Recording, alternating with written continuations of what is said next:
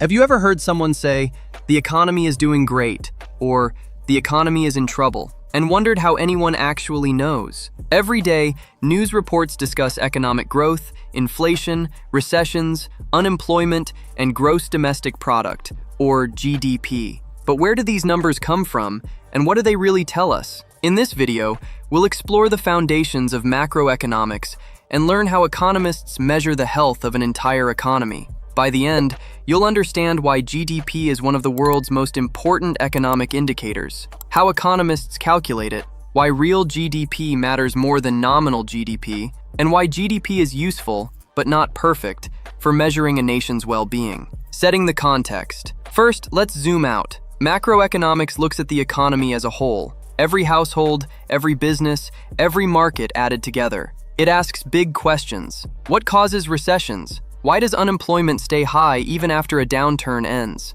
Why do some countries grow faster than others? Here's the catch. The macroeconomy doesn't always behave like the sum of its parts. Picture yourself at a concert. A few people stand up to get a better view. Then the people behind them have to stand, and soon everyone is standing, and nobody can see any better than before. Decisions that make sense for one person can backfire when everyone makes them at once. That's why macroeconomics needs its own tools. Economists organize the subject around three things. First, the goals. Economic growth above about 3%, unemployment at 5% or less, and inflation held to around 1 to 2%. Second, the models used to analyze the economy. Aggregate demand and aggregate supply, seen through both Keynesian and neoclassical eyes. Third, the policy tools. Monetary policy, which manages the money supply and interest rates, and fiscal policy, which involves government spending and taxes. Everything starts with measurement, though, and that brings us back to GDP. Main points.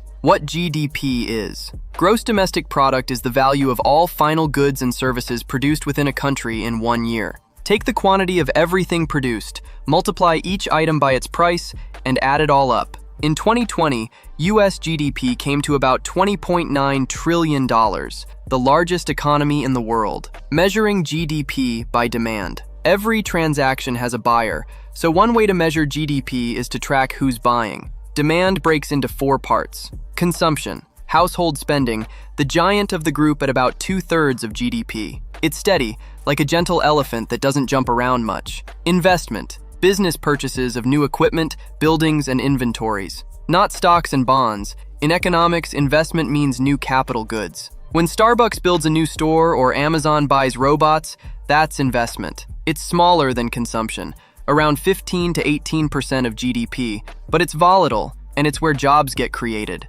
New technology can spark a surge of investment, and a drop in business confidence can pull it back just as fast. Government spending. Close to 20% of GDP, covering federal, state, and local purchases like highways, schools, and fighter jets. Transfer payments such as Social Security don't count because no new good or service is produced. Net exports. Exports minus imports. When exports are larger, a country runs a trade surplus. When imports win out, as the US has seen since the early 1980s, that's a trade deficit. So the formula reads, GDP equals consumption plus investment plus government plus exports minus imports. Measuring GDP by production. We can also count what's made instead of what's bought. Durable goods like cars, non-durable goods like food and clothing, services, structures, and changes in inventories. Services dominate here, over 60% of US GDP. Either way you count, buyer side or producer side, you land on the same total, because every sale has both a buyer and a seller. There's even a third route, the national income approach. Since every dollar of production becomes someone's income, wages, rent, interest, profit, adding up all income gives you GDP too. Avoiding double counting. Statisticians only count final goods. If they counted the tires a manufacturer sells to Ford, and then counted the finished truck that includes those tires, the tires would be counted twice. Intermediate goods, things used to make other things, stay out of the calculation. What's left out? Used goods, since they were counted the year they were made. Home production, like cooking your own breakfast. And the underground economy, cash paid under the table and illegal sales, which one study estimated at 6.6% of US GDP. GDP's cousins. Gross national product, or GNP, counts what a country's citizens and companies produce anywhere in the world. Subtract depreciation, the wearing out of physical capital, and you get net national product. Gross national income, or GNI, focuses on income rather than output, and it's what the World Bank now uses to classify countries. Application and deeper example. Now for the skill that trips up the most students: nominal versus real GDP. One of the most important ideas in macroeconomics is understanding the difference between nominal GDP and real GDP. Nominal GDP uses the actual prices of each year. Real GDP strips out inflation so we can see whether production truly grew. Here's why it matters. US nominal GDP rose from about $543 billion in 1960 to nearly $21 trillion in 2020, a factor of 38. But much of that jump was just rising prices. Ignoring inflation is like looking through binoculars without knowing the strength of the lenses. You can't judge the distance. The fix is the GDP deflator, a price index covering all final goods and services. The formula: real GDP equals nominal GDP divided by the price index over 100.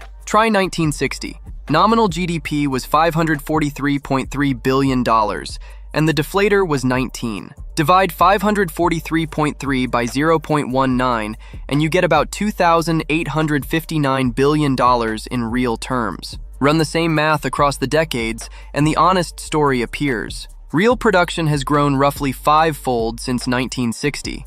Impressive, but nothing close to 38 times. One more detail: the base year is the year whose prices anchor the calculation, and in that year, nominal and real GDP are identical. There's also a handy shortcut. The real GDP growth rate is roughly the nominal growth rate minus the inflation rate. If nominal GDP rises 6% while prices climb 4%, real output only grew about 2%. Tracking real GDP over time reveals the business cycle. The highest point before a downturn is the peak. The lowest point before recovery is the trough. A significant decline in real GDP is a recession, and an especially long, deep one is a depression. The Great Recession of 2008 to 2009 lasted about 18 months. The COVID-19 recession of 2020 was the sharpest drop since the 1930s, yet it lasted only 2 months, the shortest on record, and it ended a 128-month expansion, the longest in US history. Comparing countries adds 2 more steps. Convert each nation's GDP into a common currency using an exchange rate. Economists prefer purchasing power parity, or PPP rates, because they're more stable than daily market rates. Then divide by population to get GDP per capita. That's how we know China's total GDP in P terms now edges out the US, yet its GDP per person is less than 1/4 the American figure. Conclusion and key takeaways. Let's pull it together. GDP measures the value of all final goods and services a country produces in a year. You can measure it 3 ways: total spending, total production, or total income, and all 3 give the same answer. Always separate nominal from real.